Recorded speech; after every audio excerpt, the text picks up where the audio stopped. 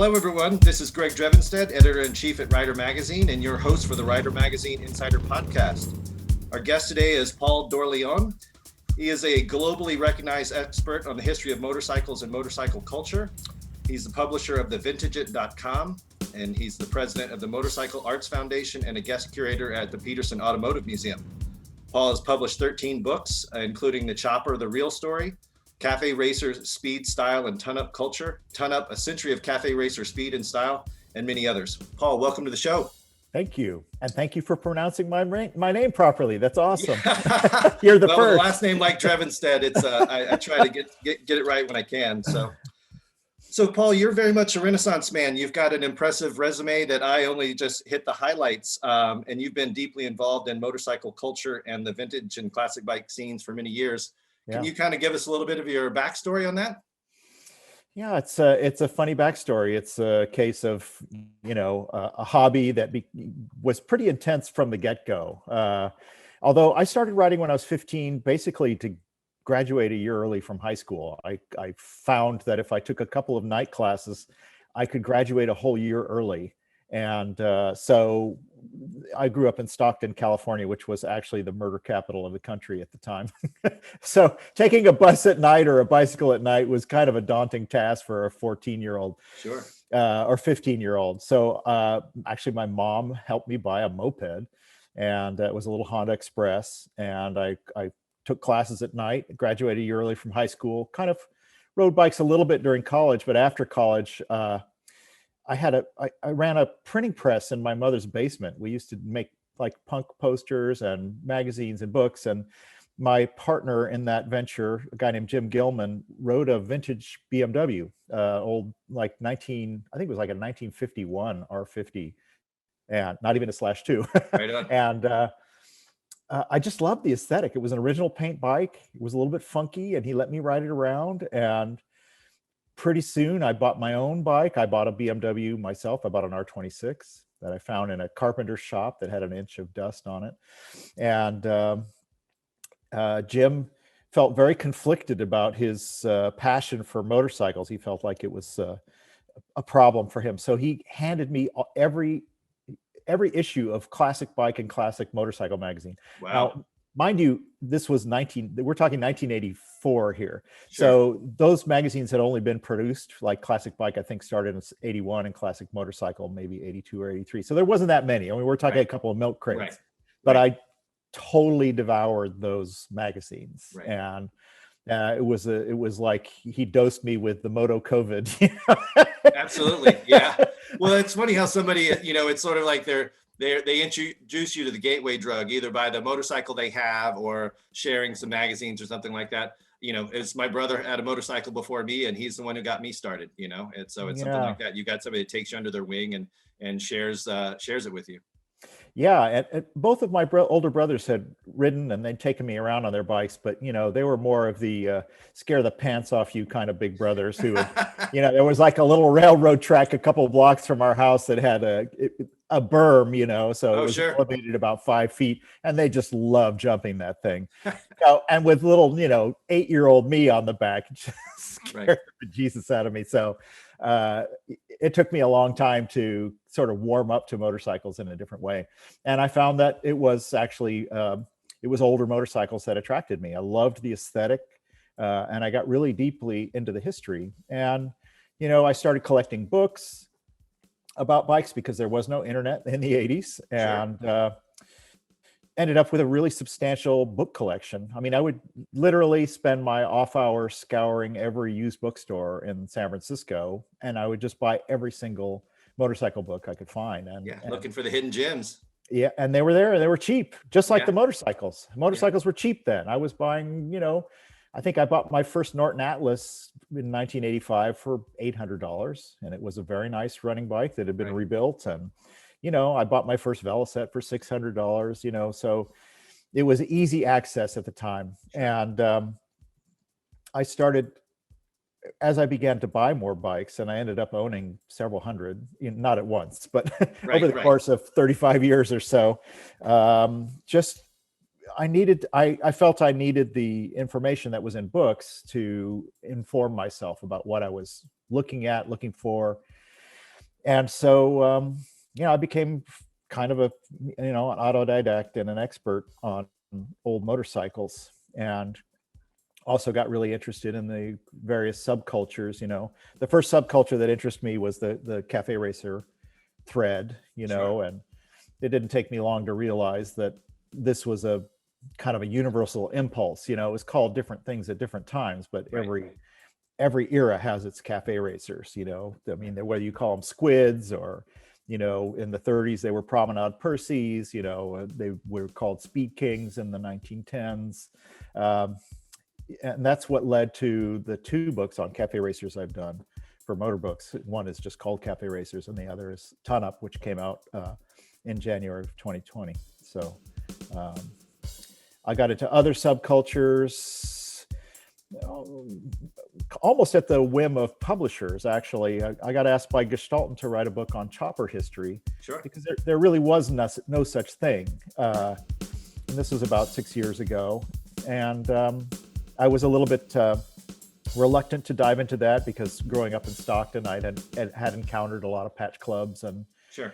a couple of patch club bikers had robbed our house with us in it at gunpoint back in the 60s or early 70s. And so I had a pretty negative attitude towards choppers, but I was a motorcycle historian, or I am a motorcycle. So I thought, well, I'll write a history of choppers from a purely kind of aesthetic development standpoint, which is kind of hard to do because actually the clubs were pretty important to Sure. Yeah, absolutely. So with that book, did you work with Michael Lichter on that, or was that other books that you've worked with him? I know he's a fantastic photographer and showcases bikes really well. So. Well, I mean, my first book was Cafe Racers. That was in 2014. And that grew out of an exhibit I did with Michael. He asked me to co-curate his annual exhibit at Sturgis. Okay. And he's been doing that for 20 years now. Yeah, long time. Yeah. So it was kind of it's a lot of work for him to produce an exhibit, although he does get a lot of help at Sturgis. Right. And but his father was quite ill, and he was afraid that his father might die during the production, so he wanted someone on hand who could kind of help set it up and take over if necessary during a pretty stressful time. And in fact, he did have to leave while I was setting it up, so I was kind of like being thrown into the into the pool. But it was great. It was great. I figured out how to do the layout and communicate with the workers, and I'd been a contractor for 25 years, so I knew how to deal with workers. But and I did one more with Michael after that. Actually, the first exhibit was called Ton Up, and then the next one was called Built for Speed. Right. And when Gestalten asked me to write a book on choppers, I didn't actually work with Michael, although a lot of his photographs are included in the book. Because I was looking more at history, and Michael deals with a contemporary custom scene. Understood. Yeah. And I did include a bit of that, because it was a full arc of, from the, let's say, the teens to the present. But it was. I had a lot of other friends who were in the Antique Motorcycle Club who were old OG like chopper guys, like Mike Vills, who built prize-winning choppers in the 60s when he was a teenager, and then went to work for Big Daddy Ed Roth in his shop in the 60s when they were producing Choppers magazine and building cars and bikes. So he was an incredible firsthand resource, as were, several other people. Dr. Sprocket, who writes for the NC magazine sometimes, he had an incredible collection. So it was a real education for me. I mean, to dig into something that was really out of my wheelhouse, and now it is my wheelhouse. Sure. Well, I mean, the great thing about motorcycle books, I've got a collection of my own, is, some people can go to museum exhibits. We'll talk about some that you've done at the Petersen. I went to the original Art of the Motorcycle exhibit at the Guggenheim in New York. And, it's great when you can see some of those things in person, but a lot of people may not be able to attend. And just from a historical perspective, to be able to preserve the images and the stories and the information in book form is really important. And of course, working for a magazine, I really appreciate really good photography. I mean, there can be really beautiful studio photography. There can be really beautiful lifestyle photography. And so whether it's somebody like Michael Lichter, we work a lot with Kevin Wing at our magazines, people that can really capture the emotion and inspiration and beauty of motorcycles through photography, because not everybody will get to see it in the same way in person. So, yeah. Well, that brings up the whole subject of exhibitions, you know. Yeah. It's after doing the two co-curating the two exhibits with Michael Lichter, a couple of years later, actually, Gordon McCall, who runs the Quail Motorcycle and Quail Motorsports Gathering, recommended me to the Petersen because they needed someone who could curate their motorcycle section.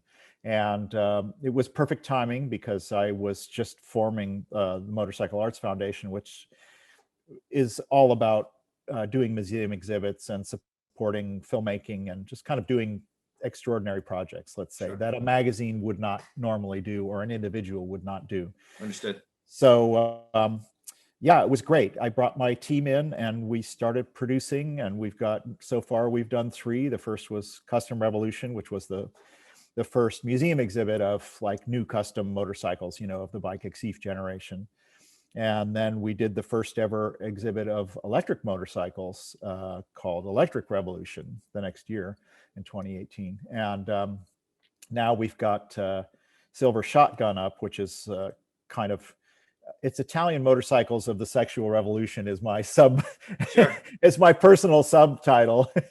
The Petersen being a family organization couldn't use that title, so it was Italian motorcycle design, Italian design of the 60s and 70s. It's really about 1970s Italian motorcycle design, which was really fun, you know, a little bit different for me, but I certainly know the subject, having owned a lot of 70s Italian bikes and loved the era. Sure. You've written a feature about that exhibit called Silver Shotgun. It's in the February issue of Rider Magazine. We'll have a link to that story in the show notes. But could you tell us a little bit about, you know, the name of the exhibit, Silver Shotgun, where that came from, and how you acquired or selected or curated some of the motorcycles? Because again, I haven't seen the exhibit in person. I know there's been some pandemic closures for the Petersen, that it's been, hopefully, my understanding is that it's been extended through June. So hopefully you get to go see it in person. Ted Seven did some fantastic studio photography. And we've got some of the exhibit photos and the layout, but tell us a little bit more about how you sort of developed that exhibit and got the motorcycles. Yeah, I mean, the Petersen basically asked me to do something about Ducati strictly because they had, full disclosure, they had just taken a big investment from Audi and felt like they needed to create a bit of a, you know, a thank you, which is not a good way to start a curatorial journey with an obligation like that. But this is the real world. Right. So I thought about it for a while and I spun it back to them and I said, well, what if we just make it about Italian motorcycles of the 70s? Because in my opinion, you know, that's when the Italians ruled the world. They, you know, had a string of the world's fastest production motorcycles, starting, you know, with Ducati 750 Super Sport, 900 Super Sport, Laverda, Joda, you know, Laverda SFC, MB Agustas, you know, even Moto Guzzi. They all were producing the fastest, best handling, and most beautifully styled motorcycles in the world in the 1970s. So I thought, well, this is an easy one, you know. Sure. And we were very lucky because we had been in discussion with the Stewart Park collection for some time about creating an exhibition around his collection, because that's the era he really focuses on. He also focuses on cars, you know, so he's got an incredible collection of, you know, $1 million cars. Understood. Yeah. And we managed to include one of those in Silver Shotgun, which is a little Fiat Chalette, kind of a beach car, you know, with wicker interior. It's fabulous. Yes. But we also had the Lancia Stratos Zero for the first 4 months of the exhibit. Stunning. Incredible car. I mean, now that car had to move, so we have a wonderful. We have Elvis's yellow Pantera. Oh, really? Wow. And it still has a bullet hole from where he shot it in frustration one day. It's such a great story. Wow. So yeah, I mean, it's a collection of, I think, 27 amazing bikes. About half were from the Stewart Park collection, but I'm good friends with John L. Stein, who has probably the only original paint factory Ducati 750 racer, one of the Imola racers. Wow. So that's there. And we have, I think, 8 bikes from John Goldman in San Francisco, who has an amazing Italian collection as well. And a fellow named Paul Murphy up in Canada supplied a Bimota SB2, which was their first road bike using a Suzuki motor, which I think is probably the sexiest motorcycle ever built. That is very cool. That is, it's a beautiful machine.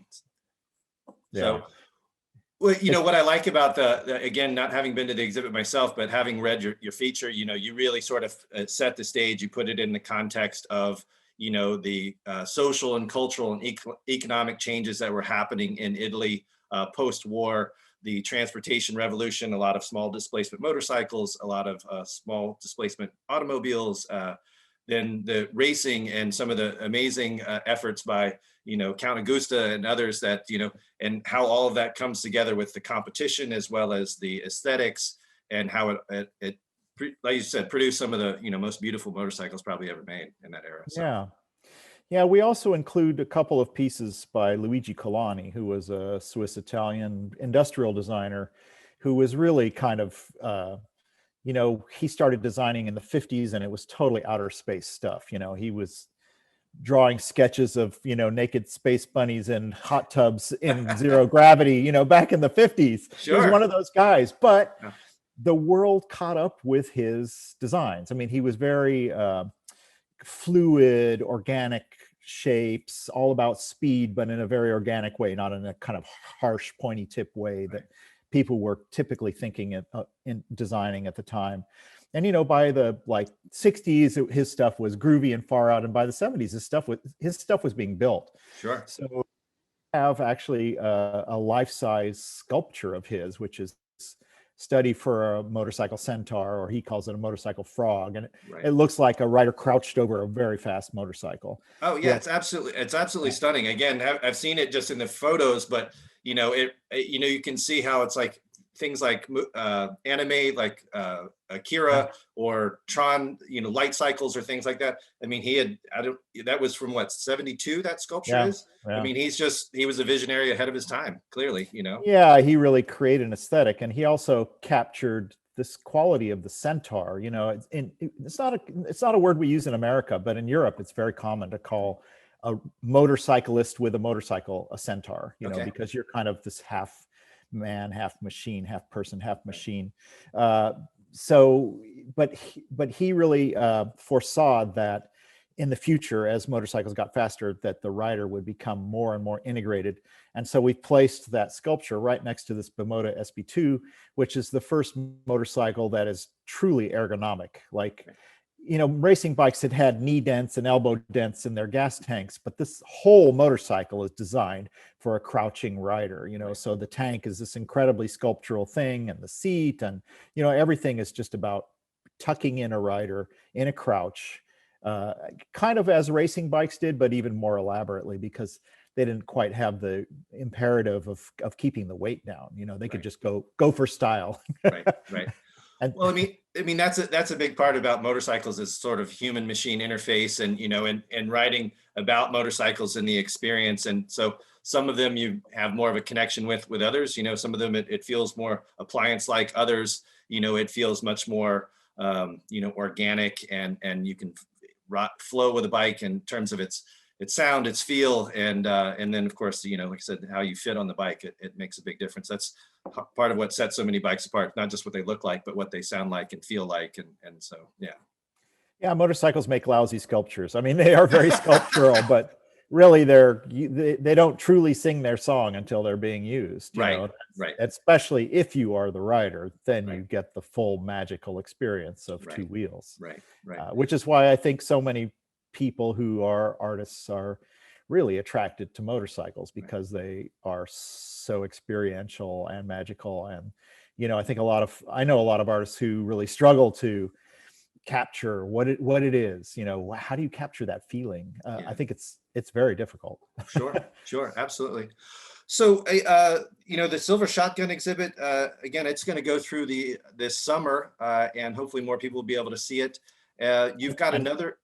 And just to interrupt, on the Vintage Tent, we have a full section devoted to Silver Shotgun. Okay. You can see every motorcycle, lots of photographs, description, and there's a film that I made with filmmaker David Martinez that walks you around the exhibit. I talk a bit about it, and I hopefully within a couple of months we're going to have a 3D walkthrough of the exhibit with nice pop-up explanations, short films, everything. Right. It's something new we're developing that we're hoping to offer for the whole museum, actually. Well, I mean, I know that's been a big thing that the Petersen has done, and since they haven't been able to have, public exhibitions for much of 2020, they've done a lot of online initiatives, a lot of videos, virtual meets and so forth, and they've really engaged a much more global audience well beyond Los Angeles and so forth through a lot of these online initiatives, because they want to keep people connected to the cars and also the motorcycles and the exhibits and the designers and all of those folks. So so, they're doing a good job, but every museum needs to do more because they're closed. Absolutely. So I know you've got another exhibit coming up, but before we get to the next exhibit you're planning for the Petersen, let's step back a little bit. Tell us a little bit more, because a lot of people will associate you with the Vintage, and they probably follow you on Instagram. They see the photos, the videos, and so forth. So tell us a little bit about how you started the Vintage and what it's all about. It like a lot of great things, it started in a totally offhand manner. I'm a bit of a clothes horse, and I got photographed in one of the first really popular blogs called The Sartorialist. He's a New York street photographer who just takes photographs of street fashion and or just fashion nowadays. He's become actually a pretty important fashion photographer in general, but he would go around the world and just photograph people he thought had interesting outfits. And in October 2006, he included me on his blog. And at the time, Google was really kind of promoting blogs. And so it was easier to make a comment on a blog if you had a blog. They kind of put you through this step. It was a bit of a Ponzi scheme, or I don't know what you want to call it, an Amway scheme, like you had to buy it to do it. So I just chose the name The Vintage, which is a word from the 30s and 40s, mostly in Britain, or I should say, I guess the British Commonwealth, for someone who was into old cars and motorcycles, like a passionate devotee. In fact, in the 70s, there was even an Australian magazine, which I didn't find out till years later, called The Vintage, which was about old cars. So anyway, it was just a word that had hung around in my brain after reading too many old, 1930s magazines. And so I started tentatively. I had just finished my first year as a judge at the Legend of the Motorcycle Concours, which was really the first globally recognized motorcycle concours at the Ritz-Carlton in Half Moon Bay. I went to one in 2008, so I had the pleasure to do that. Yeah. It was the Pebble Beach of motorcycles, without the kind of weird Pebble Beach like money thing. I mean, it was at the Ritz. It cost $50, and you saw motorcycles. People brought their bikes from around the world. It was amazing. Amazing. Beautiful. You had collectors bringing their Bruffs and Hendersons and Crockers and whatever to this show. And I met, that show changed my life. I mean, Jared and Brooke Zogg, who put it on, I mean, I've told them many times, but I met everybody there. I met Miguel Galuzzi, who was designing for Ducati at the time and did the Monster. I met Oriol Bulto. I met so many people, either historic or present day designers. Pierre Terblanche. I mean, Alan de Cadenet. I mean, I met all these amazing people who were either judges or guests or I met the Ian Barry from Falcon Motorcycles there, Conrad Leach, the Vincent Pratt from Wheels and Waves in France, and that began that whole relationship with them for 10 years. It was really, anyway, I had a lot of photographs from the event, and I thought, well, why don't I put some of these photographs up? And one of the first people whose photographs I posted was Shinya Kimura, the custom motorcycle builder from Japan who had just moved to the United States and was really one of the pioneers of this kind of new custom style. I wasn't into those customs at all because at the time it was fat tire choppers and I thought they were disgusting, vulgar. I still think they're pretty vulgar, but I'm a little more sympathetic. Sure. I understand where they're coming from now. But at the time, Shinya had done a really interesting bike called the Needle with a pre-unit Triumph engine, and this wild sci-fi, but kind of gnarly and wabi-sabi and dirty sort of chassis that he had completely hand fabricated. And I thought, wow, this is a new direction. This is going somewhere else. So, but by publishing photos like this and putting historical photos up from my collection with stories, within, I'd say 6 months, the blog got kind of popular. My best friend said, "Hey man, this is your new career." At the time, I was a decorative painting contractor with a successful business. So I was like, nah, I don't see how I'm going to make money at this. Right. So, and in truth, I never have made as much money as I did as a contractor, but I think I'm a lot happier. Well, I mean, it's a labor of love, clearly. I mean, that's the thing is that, like none of us I work at a magazine and, none of us get rich doing any of this stuff, but you do it because keeps you involved in the culture. And, like I said, it's very much a labor of love. So, yeah, for sure. Yeah. And so I kept at it. I set myself a challenge in 2009, which was to post 3 times a week to see what happened. Sure. And by doing that, my readership increased about tenfold. And I realized, wow, I've really got something going on here. And I got invited to do a lot more things. I got invited to write for Cycle World. It just opened a lot Absolutely. It was really the first old motorcycle blog or website. So, it's good to be first.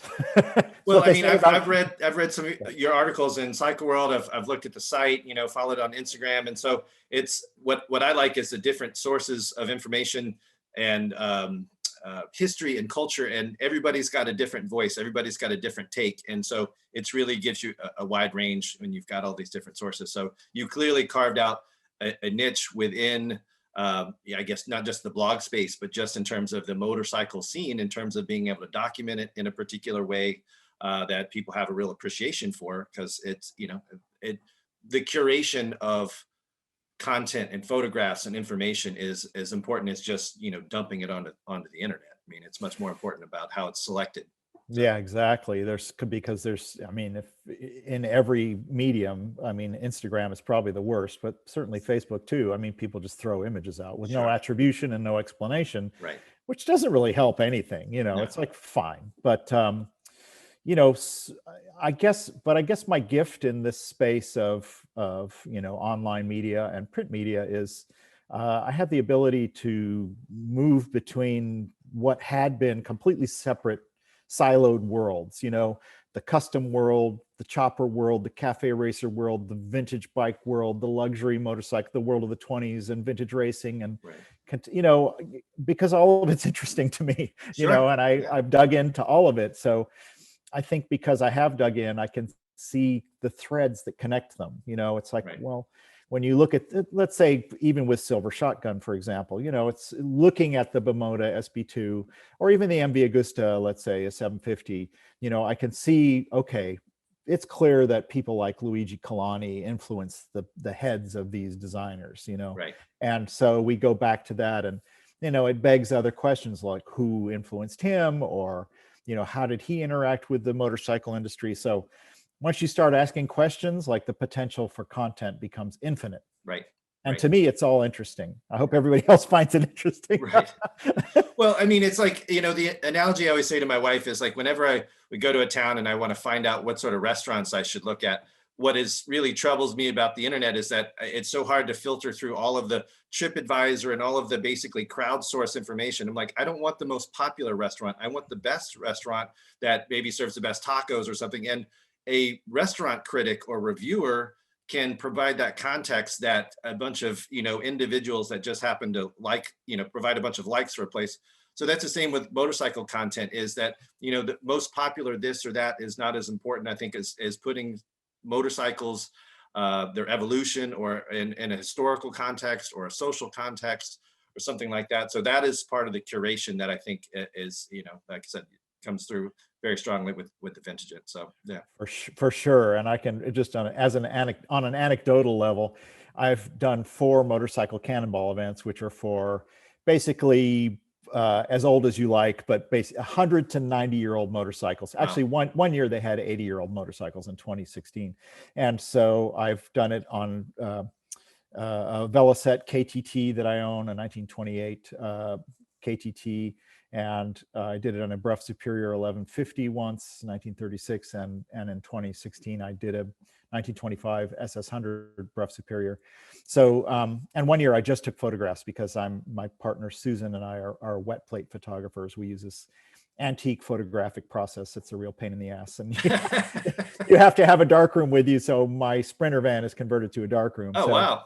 But for 3 Cannonballs, we documented the ride using this photography method. And actually, I'm just about to produce a book of those photos, but that's another subject. Keep your eye out for that. But sure, okay. But during, we're on back roads on a motorcycle with a van back up, and they don't give you restaurant recommendations on the route. You're just in some small town in the middle of Missouri or Kansas or Iowa or Tennessee, and you got to figure it out, and you don't have a lot of time. So I've become very adept, and Susan would ride on the back when we were not photographing, and she'd just sit back there and start Googling best restaurant in, Skokie, Illinois or something, and we were never in a town that big. Yeah, right. Believe me. And 9 times out of 10, the top 3 restaurants would be chains. And we refused to eat in chains because we wanted to see what was local. Yeah, absolutely. So it just took a little more digging. And eventually you did find, a proper review and a cute little place. And 9 times out of 10, it was just awesome. Right. Well, it's interesting that you mentioned the Motorcycle Cannonball, because I was going to ask you about that. I know that you've participated, so you documented it some of the times, but some years you actually rode motorcycle, and again, this is a transcontinental rally on these essentially antique motorcycles. I mean, are there any particular experiences or mishaps that you had during riding one of these? Because it seems like it's very much an effort to keep it going. You've got long days, long miles. You've got elevation changes and things that Well, but at least you're not riding in the sand like Cannonball Baker. So that's true. That's down in Mexico, but that's another story. Yeah, I mean, the first year I did it in 2012, I brought my own bike, which I had completely rebuilt, except I could not get a new camshaft for it. It's an overhead cam racing motorcycle. And so I had to make do with a kind of a mystery cam that I had in my box. And unfortunately, it was a homemade experimental cam. And, wow. and within the bike ran, I thought everything's fine. So, I dragged it across the country. We started in Newburgh, New York, right outside of Orange County Choppers. Amazing. Okay. And the bike went about 2 miles and the exhaust valve seized. So I went through, I've hit a lot of amazing local guys' shops, like garage shops in New York and Pennsylvania, until I finally realized, oh my God, it's not the new exhaust guide that I just put in, it's my cam. So I had to order, finally the cam that I had ordered from England came in. I had to have it FedEx to meet me at a hotel in Pennsylvania. And I tried to fit it on the outside of the parking lot in a hotel. Right. Try rebuilding an overhead camshaft motorcycle in a parking lot under street lights at midnight. Right. And I found problems, and I finally realized I need a machine shop. And so I didn't get that machine shop until Sturgis. So I had time to take photographs. We had my backup van was our photography, and I was trying to ride and take photographs. Wow. So crazy. Yeah. But so when we got to Sturgis, I used the facilities of Lonnie Isom Sr., and I got my bike running, and it ran like a champ for about 1,000 miles until the cam wore out again, because I didn't realize that the bike had extremely strong valve springs for racing. Right. Long story. Yeah, no, but that's the sort that's of thing. real. It's hard to appreciate. It's like one thing to ride cross country and a semi-modern or modern motorcycle, and you really not even going to have to worry about anything. But to have a motorcycle that needs care just to get it started, keep it running, and then to travel these long distances day after day. It certainly is. Yeah. It's more than just the riding. It seems like Exactly. a character building experience, as they would call it. So, well, having old motorcycles are a relationship, and you Right. just have to be prepared to do whatever it takes if you want to keep riding. And you become very resourceful. Yeah. Overhead cam bikes are a little tougher to be resourceful. And people on the Cannonball, the Harley and Indian riders would laugh and say, if you can't fix it on a Cannonball, you probably shouldn't take it on.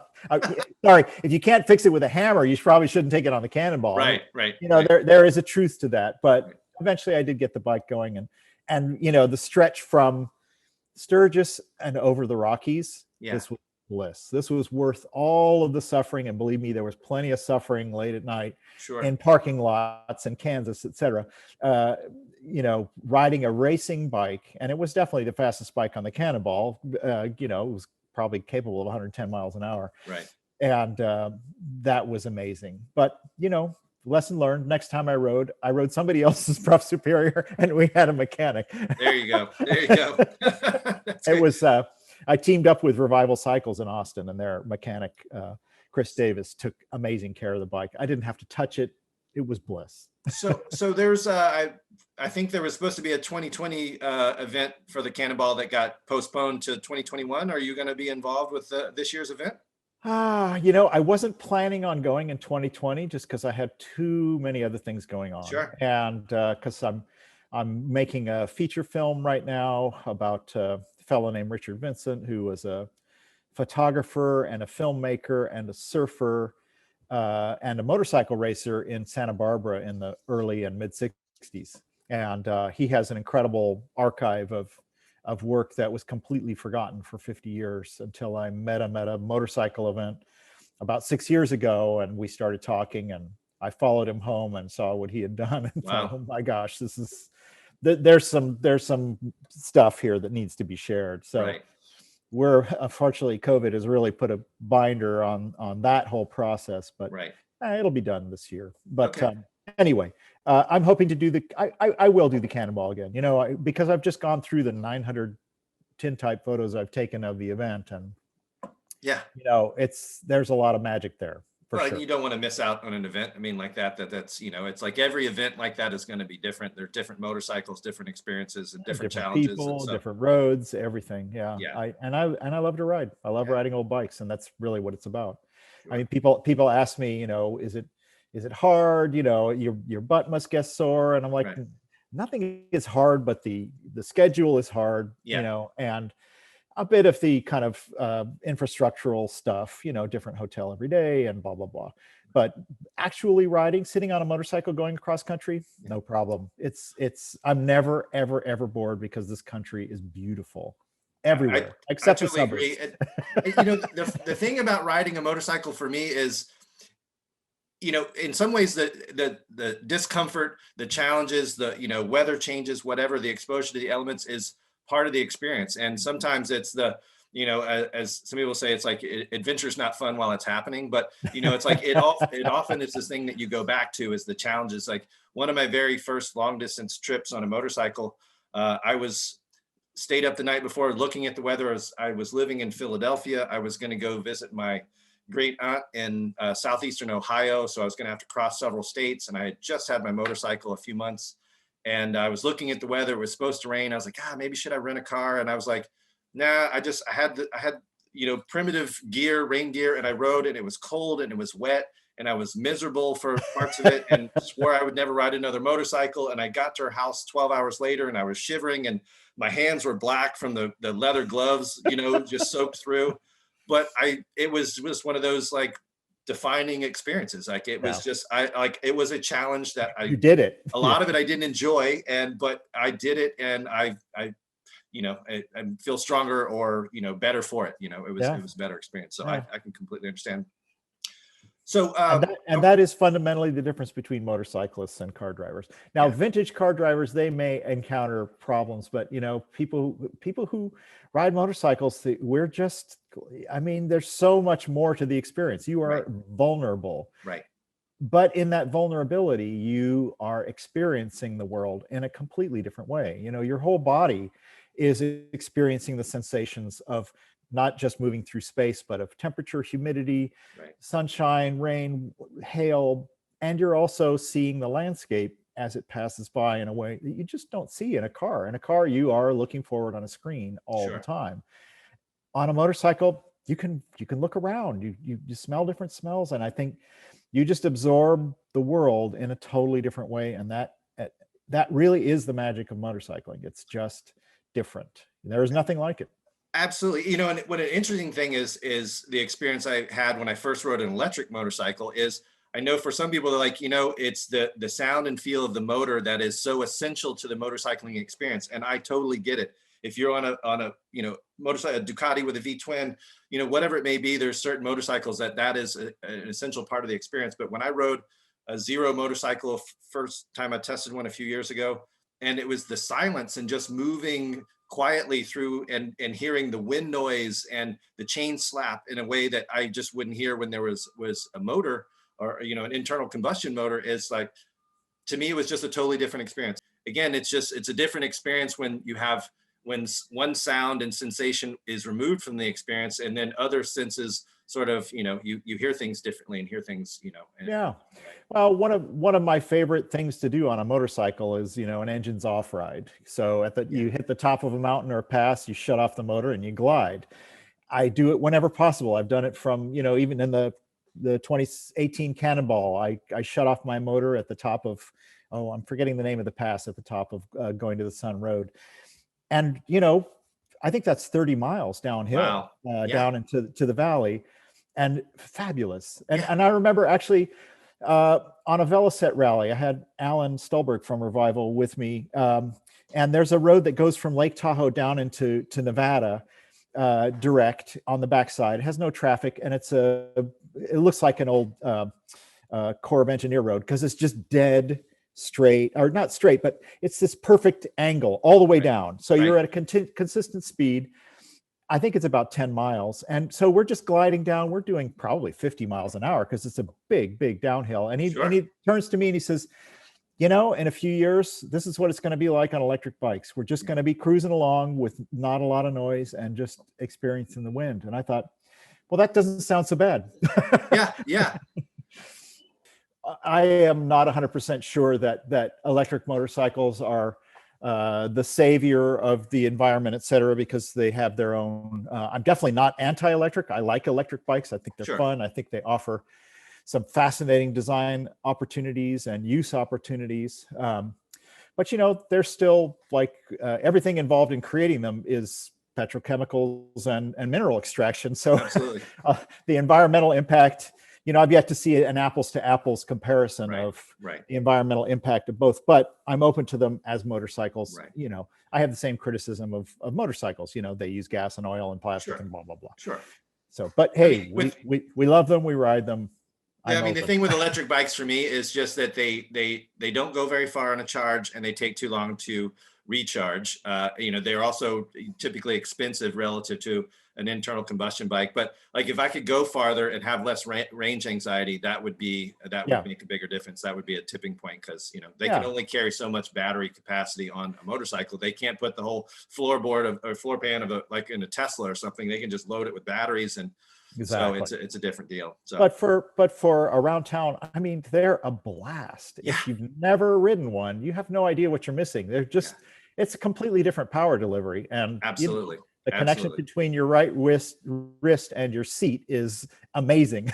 Right. Yeah, absolutely. And not even not having to shift, you know, it just sort of, it simplifies. It's like what I love about scooters, you know, it's like, you know, I love shifting motorcycles, but it's like twist and go is a fun part of the experience. And just, again, it's one less thing to have to focus on. And so you can focus on other things. So, well, I know we've only got a few more minutes of your time. So I know you're planning another exhibit at the Petersen. This one's called ADV Overland. Is that correct? That's correct. Yeah. So Adventure Overland. And it's about basically the very long history of kind of long distance motorcycles, but off-road or pre-road, or where there is no road. So we're going to have round the world bikes. We're going to have early like cross-country bikes, as you were talking, like Cannonball Baker, also we're extending it because I love broad range vision. We're extending it all the way to off-road motorcycles. We're actually working with a company in Germany who are building basically a Mars motorcycle. It's an electric motorcycle that could be carried in a space, Wow. in space exploration. And so it's a rover, just like the four-wheel lunar rover, but it's a motorcycle with a gyroscopic upright system, and wow, it's so cool. neat. Wow, that's awesome. I did a photo shoot on the Dumont Dunes, and like that had its own moonscape feeling. I can only imagine a motorcycle like that. So when planned to roll out at the Petersen? It's opening in July. Opening in July. Whether people could be there for an opening in July, I don't know. We will have an opening party when we can. Great. But it'll be a phenomenal exhibit. I mean, we're bringing bikes from around the world, Perry to car bikes, also nice. Like 1920s round the world bikes that are in original condition with their original luggage and equipment. Amazing. Wow. And stuff. We're hoping to have a couple of the pioneering women's motorcycles, like Anne-France Deauville, who was the first woman around the world. It should be a pretty amazing. We'll have a few cars too, some really interesting. Okay, cool. Makes sense at the Petersen Automotive Museum. Yeah, we're trying to, that's just the reality. Almost all motorcyclists also have cars, so sure. They could be fun too. Right. Well, listen, Paul, you've been very generous with your time and sharing your story. Thank you very much for coming on the show. Before we sign off, can you tell listeners how they can find you? Yeah, so it's The Vintagent, THE Vintage, and the letters NT.